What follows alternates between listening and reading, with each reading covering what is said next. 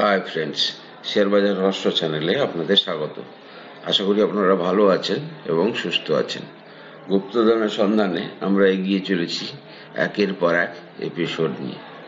Friends, আমি Nifty প্রেডিকশানের দুটো video করেছি আপ টু 2026 পর্যন্ত। এবারে আমরা প্রেডিক্ট করার চেষ্টা করব 2030-এ মার্কেট কোথায় থাকতে পারে। প্রসঙ্গত আমি আপনাদের কিছু জিনিস রিমাইন্ড করিয়ে দিই যে রিজন অফ মার্কেট ক্র্যাশ কী কী কারণে হতে পারে। জিও পলিটিক্যাল টেনশন, অর্থাৎ যদি যুদ্ধ লাগে, মানে যেটা প্রচণ্ড পরিমাণে ইকোনমিতে এফেক্ট পড়বে। দ্বিতীয়ত হচ্ছে huge scam like bank collapse, layman brother collapse আমেরিকার। যেমন ধরুন আমাদের দেশের পিএসইউ শেয়ারগুলো নীরব মোদী এপিসোডকে কেন্দ্র করে মানে প্রচুর পরিমাণে তাদের এনপিএ হয়ে যায়, পিএনবি থেকে শুরু করে সমস্ত পিএসইউ ব্যাংক। তো এই ধরনের জিনিসে কি হয়, টোটাল ব্যাংকিং সিস্টেমটা কোলাপস করে যায়। তাতে কি হয়, ইকোনমির উপর প্রচন্ড পরিমাণে এফেক্ট করতে থাকে। তৃতীয়ত হচ্ছে কোনো মহামারী দেখা দিলে, ধরুন এপিডেমিক, যেমন করোনা আসার সঙ্গে সঙ্গে একটা প্যানিক তৈরি হয় এবং সেই সময় কিন্তু মার্কেট ক্র্যাশ করে। দীর্ঘদিন ধরে যদি কোনো দেশে ধরুন খরা কন্ডিশন থাকে বা বন্যা যদি থাকে, সেক্ষেত্রে মার্কেট ক্র্যাশ করে। এরপরে বলি ইন্ডিয়ান মার্কেটের হিস্ট্রিটা একটু রিমাইন্ড করিয়ে দিই। 2016-তে ডিমনিটাইজেশনের জন্য অর্থনীতিতে গতিটা কমে যায় ব্যাপক আকারে। তারপরের বছর 2017-তে জিএসটি ইমপ্লিমেন্টেশন হয়। দেখুন এইগুলোর এফেক্ট, ভালো এফেক্ট আমরা বর্তমানে পাচ্ছি, কিন্তু সেই সময় যে সমস্ত বিজনেসম্যান ছিল তারা এই সিস্টেমগুলোর সঙ্গে আকাস্টম ছিল না, অভ্যস্ত ছিল না। সেক্ষেত্রে এফেক্ট পড়ে, জিএসটিতেও অনেক বিজনেসে এফেক্ট পড়ে। 2018-তে আমরা একটা হিউজ ট্যাক্স কাট দিই, অর্থাৎ যেখানে 33% ট্যাক্স ছিল ইন্ডিয়া গভর্নমেন্ট কোম্পানিগুলোর উপর চাপাতো, যার জন্য বাইরের দেশের টাকা ইন্ডিয়াতে আসতে হেজিটেট করতো। কিন্তু এক ধাপে সেটাকে প্রায় 23% করে দেওয়া হয়। অর্থাৎ আমরা ওয়ার্ল্ডের অন্যান্য দেশের যে ট্যাক্স স্ট্রাকচার তার সঙ্গে আমরা সমতায় আসি, এবং যার ফলে কিন্তু মার্কেট কিন্তু এটাকে দারুণ চিয়ার আপ করে এবং মার্কেট কিন্তু হু করে উঠে যায়, কারণ এর একটা দীর্ঘমেয়াদী এফেক্ট আছে। তারপরে তো 2020-র করোনা। যাই হোক ফ্রেন্ডস, এবারে আমি বলি, দেখুন আমি যদি এবারে চলে আসি, আমি যেটা মানে অ্যানালাইসিসের মূল পার্টটা হচ্ছে দুটো। এক হচ্ছে ইপিএসটা যদি 15% হারে গ্রো করে, যদি ইপিএস 15% হারে গ্রো করে এবং পি যদি 22 থেকে 25-এর রেঞ্জে থাকে, তাহলে আমরা মার্কেটকে কোথায় দেখতে পাবো আগামী বছরগুলোতে। ক্যালকুলেশন করে দেখা গেছে যে 2027-এ 1400, দেখুন এগুলো প্রবাবিলিটি, বেশি হতে পারে কম হতে পারে। বর্তমান পরিস্থিতিতে দাঁড়িয়ে যেটা বলার চেষ্টা করছি, হয়তো দেখা যাবে তার অনেক আগেই হয়তো এই সমস্ত টার্গেট অ্যাচিভ করে যদি যায়, তাহলে কিন্তু আবার নতুন টার্গেট রিভাইজ হবে। তো 2027-এ যদি ইপিএস 1495 কাছাকাছি যায়, আমি কিন্তু এটা কিন্তু ক্যালকুলেশন করেছি, ধরুন ইয়ার বাই ইয়ার 15% হারে, সিএজিআর হারে আমি কিন্তু গড়ে আমি এর ইপিএসটাকে বাড়িয়েছি। এবং পি যদি 22 থেকে 25-এর রেঞ্জে থাকে, সেক্ষেত্রে নিফটি 32,890 থেকে 37,375 এক্সপেক্ট করছি 2027 সালের মধ্যে। এবং সেইভাবে যদি দেখা যায় যে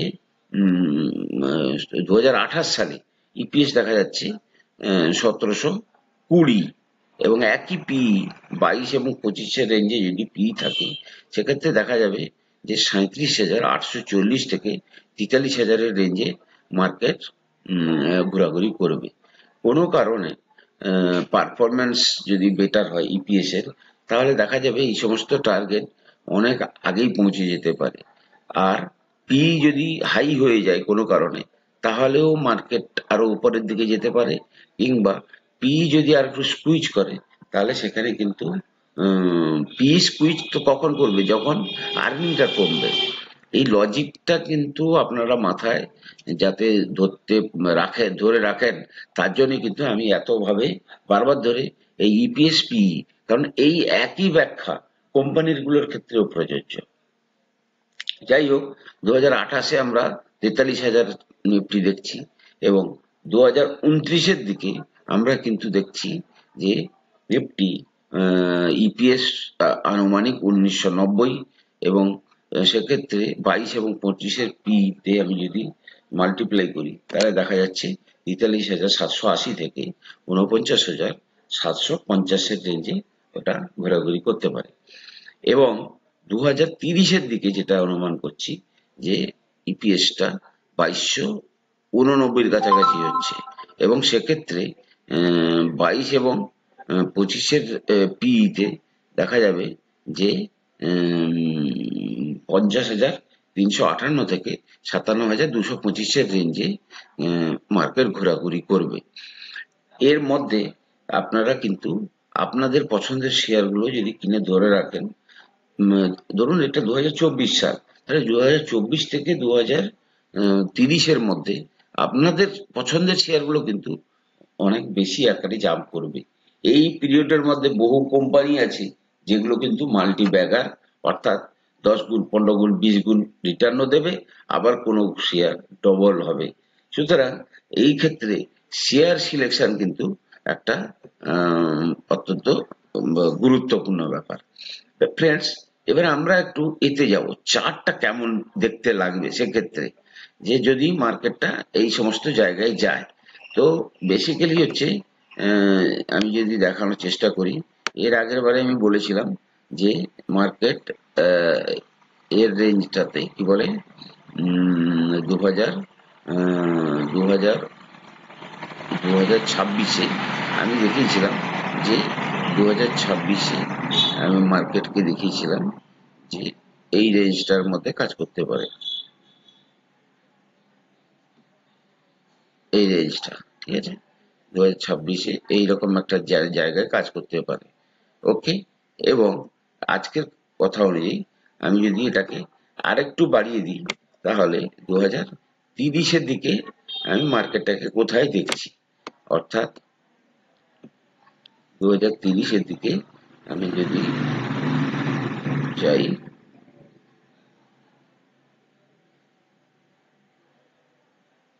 2030-এর দিকে মার্কেটটাকে সামহার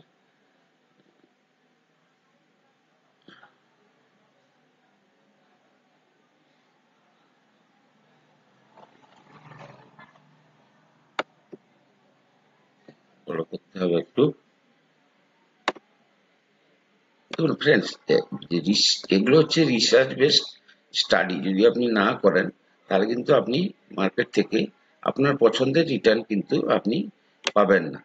একটু পড়াশোনা করতে হয়। এমন কোনো, আপনারা কি দেখছেন কোনো বিশাল কোনো রকেট সায়েন্স নিয়ে আমি চর্চা করছি? অর্থাৎ এইরকম ভাবে কিন্তু নিফটির মুভমেন্ট হবে, এবং সেক্ষেত্রে কখনো কখনো যদি ধরুন নিফটি কোনো কারণে এইভাবে চলে যায়, তাহলে কি হবে, সে সেই জায়গাটাতে কিন্তু বেশ কিছুদিন ধরে সে কিন্তু, ধরুন নিফটি যদি এইভাবে যদি উঠে যায়, আহ, এইভাবে যদি ধরুন উঠলো কোনো কারণে, এইভাবে ধরুন চলে এলো, সেক্ষেত্রে সে কিছুদিন এই জায়গায় ঘোরাঘুরি করবে। অর্থাৎ সেক্ষেত্রে আপনার কি হবে, না সেক্ষেত্রে চার্টটা কেমন দেখতে লাগবে, চার্টটা তখন দেখতে লাগবে, এবারে এখানে দেখা গেল নিফটি বেশ কিছুদিন ধরে এরকম ভাবে ঘুরলো, এরকম ভাবে ঘুরবে, ঠিক আছে। তারপরে আবার কি করবে নিফটি, না আবার সে শুট করবে, অর্থাৎ ফান্ডামেন্টালের সঙ্গে তাকে কিন্তু ম্যাচ করতে হবে। কথাটা বুঝতে পেরেছেন? আবার গিয়ে এইভাবে নিফটির স্ট্রাকচারটা দাঁড়াবে। এর মাঝে আপনি বহুবার আপনি কারেকশনও দেখতে পাবেন, কিন্তু মূল অবজেক্টিভ দেখুন, আমি আপনাকে বলে দিয়েছি যে বড় কারেকশন পরেও যদি কোনো বড় কারেকশন হয়, that should be taken as a opportunity, ভালো ভালো শেয়ার কেনার জন্য। বোঝাতে পারছি আমি? তো এই যদি আপনাদের কাছে দূরের লক্ষ্য থাকে, আপনারা যদি যেখানেই পয়সা রাখুন না কেন, আপনি যদি ব্যাংকে পয়সা রাখছেন, পোস্ট অফিসে পয়সা রাখছেন, সেক্ষেত্রে আপনাকে তো 6-7 বছর ওয়েটই করতে হয়। কিন্তু এক্ষেত্রে কি বলছি না, এখানে কিন্তু শেয়ার 2 মাসে 30-40% ক্র্যাশ করে যায়। আবার দেখা যাবে 2-3 বছর ওয়েট করার পরে সেই শেয়ার আবার 5 গুণ 7 গুণ বেড়ে যায়। তো এই লুকটাতে এইভাবে নিফটির মুভমেন্টটাকে ভেবে আপনারা কিন্তু ফুললি মার্কেটে ইনভেস্ট থাকুন। আগামী 5-6 বছরে আমরা একটা বিশাল বড় জাম্প আমাদের ইকোনমিতে দেখতে পাবো, অবশ্য যদি প্রেজেন্ট গভর্নমেন্ট চুজ হয়ে আসে। সুতরাং এই গভর্নমেন্টটা আসাটাও কিন্তু একটা রিস্ক ফ্যাক্টরের মধ্যে পড়বে। তো ফ্রেন্ডস, অ্যানালাইসিসটা করার চেষ্টা করুন, এবং আমি পিই এবং ইপিএস কে যেভাবে বারবার ধরে বলছি, একই লজিক কিন্তু আমি শেয়ারেও বলি। তো এক্ষেত্রে কিন্তু আপনাদের বুঝতে সুবিধা হবে। তো আপাতত আমি 2030 পর্যন্ত এই অ্যানালাইসিসটা করে আপনাদের বোঝানোর চেষ্টা করলাম মার্কেট কোথায় যেতে পারে। ভালো থাকুন, সুস্থ থাকুন। ফ্রেন্ডস, এই চ্যানেলটাকে আপনারা একটু শেয়ার করুন, এবং সবার বন্ধু বান্ধবদের মধ্যে চ্যানেলটাকে সাবস্ক্রাইব করার চেষ্টা করুন।